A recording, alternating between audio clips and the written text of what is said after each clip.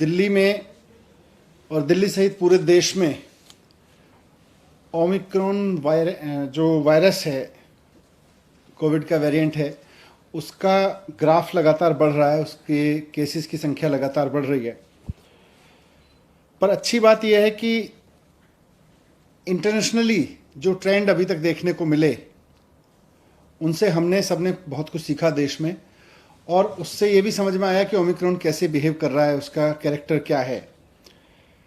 तो इससे नुकसान ज़्यादा नहीं हो रहा, ये वही ट्रेंड शो कर रहा है जैसा ओमिक्रॉन ने दुनिया के और देशों में शो किया है।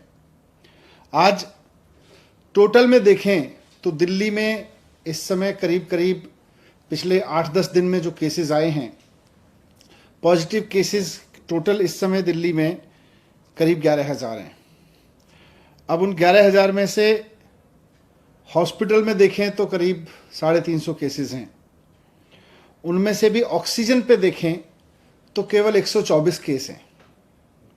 अब वो 350 में एयरपोर्ट से आए हुए लोग भी हैं, उसमें किसी और वजह से हॉस्पिटल में गए हुए लोग भी हैं, लेकिन अगर ऑक्सीजन पे देखें तो 124 लोग हैं कुल मिला के, और वेंटिलेटर पे देखें तो 7 लोग हैं।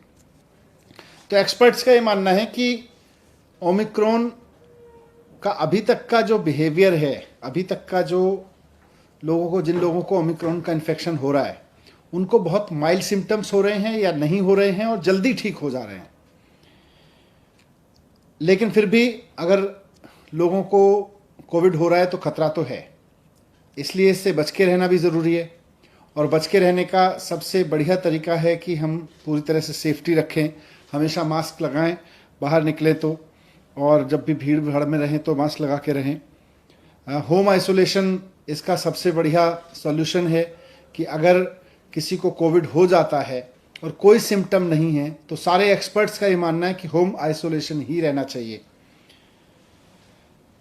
हॉस्पिटल केवल तभी जाएं जब आपकी ऑक्सीजन लेवल लगातार डिप हो रही हो या आपको कोई परेशानी हो, तो आज भी एक्सपर्ट्स ने यही बात दोहराई। लेकिन बढ़ते हुए केसेस को देखते हुए सरकार भी इस बात को लेकर चिंतित है कि ये बहुत तेज़ी से ना फैले। इसको जितना नियंत्रित किया जा सके, क्योंकि इसकी कोई डायरेक्ट दवाई तो है नहीं, तो इसको जितना हम नियंत्रित कर सकें, इसके बढ़ने की स्पीड को जितना हम नियंत्रित कर सकें, उतना हम इसको ठीक से मैनेज कर सकते हैं। तो इसलिए आज डीडीएमए की बैठक में सरकार ने कुछ फैसले लिए।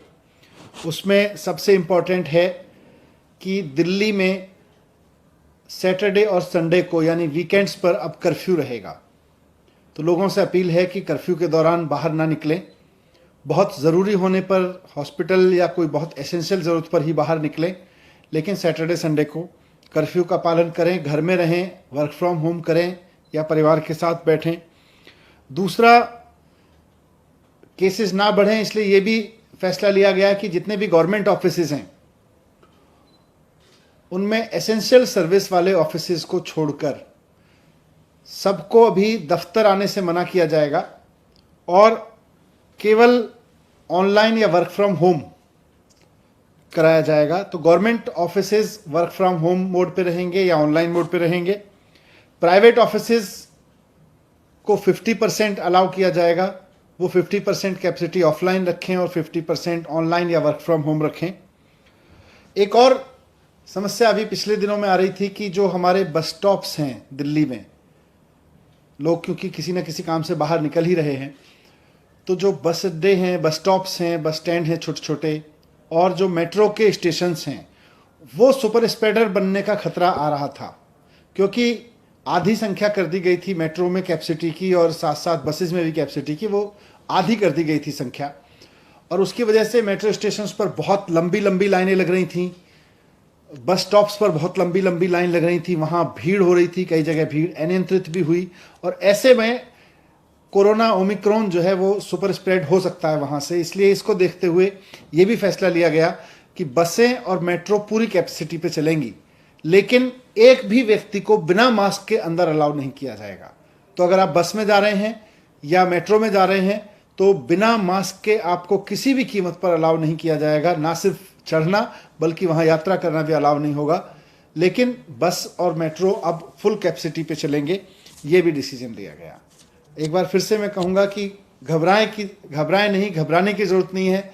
मास्क को एक हथियार बनाएं, साथ साथ बहुत ज़रूरी हो तभी घर से बाहर निकलें, और जब निकलें तो अगर मेट्रो या ट्रेन से बस से जा रहे हैं तो उसमें भी ध्यान रखें कि मास्क लगा के चलेंगे।